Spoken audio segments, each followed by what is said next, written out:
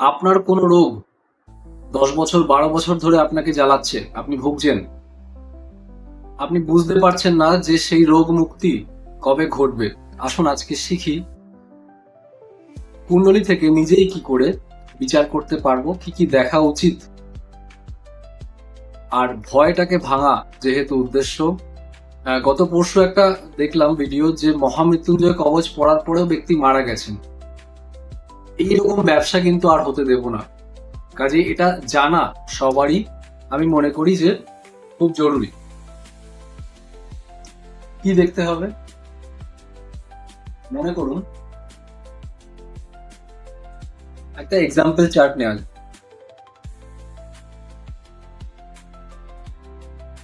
দেখা যাচ্ছে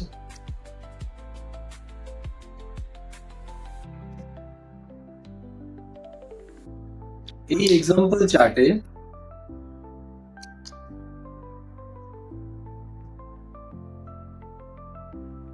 অসুস্থতা অল্প দিনে ভালো হয়ে যায় যেটা, সেটা 6th হাউস থেকে আমরা দেখি, 8th হাউস থেকে কিন্তু দেখি লং টার্ম যে সমস্ত ডিজিজ গুলো, যেগুলো ক্রনিক ডিজিজ, যেগুলো দীর্ঘদিন ধরে আমাদেরকে অসুবিধা দিয়ে থাকে এবং হসপিটালাইজেশন যদি হয়ে থাকে,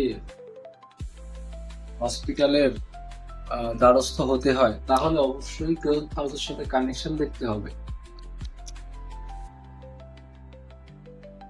প্রশ্ন হলো যে আমার এই দীর্ঘদিনের অসুখটি সারবে কিনা। এই যে অসুখ ভালো হওয়ার জন্য আমরা কেপি বা কৃষ্ণমূর্তি পদ্ধতিতে কি দেখে থাকি, প্রতিটা হাউসের 12th হাউস তাকে নেগেট করে। তাহলে এখানে কি হবে, এখানে 8th হাউস কে নেগেট করছে কে, 7th হাউস, আর 6th এর 12th কিন্তু 5th, যেটাও আমার সুস্থতাকে ডিনোট করে সিগনিফিকেন্ট। তাহলে যদি আমরা দশা অন্তর্দশাকে মাথায় রেখে দশা অন্তর্দশায় যে গ্রহের দশা অন্তর্দশা চলছে, প্রত্যন্তর দশা চলছে, প্রত্যন্তর দশা খুব অল্প সময় চলে বলে সেটাকে আপনি ইগনোর করতেও পারেন, বাকি দুটিকে ধরতে হবে। সেখানে যদি 5th হাউস, 9th হাউস, কেন 9th হাউস, কারণ ভাগ্যের সাপোর্ট না থাকলে সঠিক ডাক্তার আপনি পাবেন না, সঠিক জ্যোতিষীও পাবেন না, সঠিক কোনো মানুষকে আপনি কিন্তু পাবেন না আপনার সমস্যা থেকে বেরিয়ে আসার জন্য। আর 11th হাউস অবশ্যই লাগবে, কখনো কখনো প্রথম হাউস, কারণ আমরা অনেক সময় নিজেরাই কিছু ভুল সিদ্ধান্ত নিয়ে ফেলি, যার কারণে এই রোগ মুক্তি ঘটে না। তাহলে ফার্স্ট হাউস তার কাসপাল সাবলর্ড আর এনএল সেটাকে দেখতে হবে, সাথে 5th 9th এবং 11th মানে কি, ফুলফিলমেন্ট অফ ডিজায়ার। তাহলে এই কম্বিনেশন যদি আমি পাই, আপনিও এটাকে প্র্যাকটিস করলে আপনিও বুঝতে পারবেন এতটাও কঠিন নয়। এই 11th হাউস যখনই একসাথে কানেক্ট করবে, আপনি রোগ মুক্ত হতে পারবেন। রোগ মুক্ত হওয়ার জন্য অবশ্যই জুপিটারকে সাথ দিতে হবে, তার সাথে আরেকজনকে লাগবে যিনি সঞ্জীবনী শক্তির অধিকারী, তিনি হচ্ছেন শুক্র, ভিনাস, কখনো কখনো সূর্যকেও দরকার।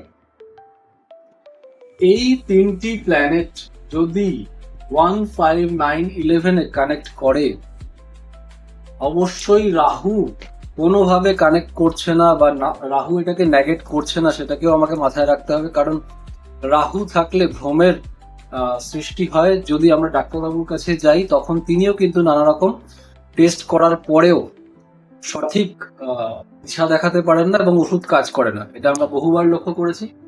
তাহলে প্রশ্ন ছিল যে আপনাকে ভয় দেখানো হচ্ছিল যে মহামৃত্যুঞ্জয় কবচ পড়ুন, এত টাকা দিন, রোগ ভালো হবে বা পেশেন্ট বেঁচে যাবে, কিন্তু বাঁচলো না, পেশেন্ট শয্যাশায়ী হয়ে গেল। বা হতে পারে যদি জলতত্ত্বের রাশিতে বিরাজমান হয় সেই গ্রহটি, সেই প্ল্যানেটারি কম্বিনেশনে কিন্তু মৃত্যু পর্যন্ত হতে পারে।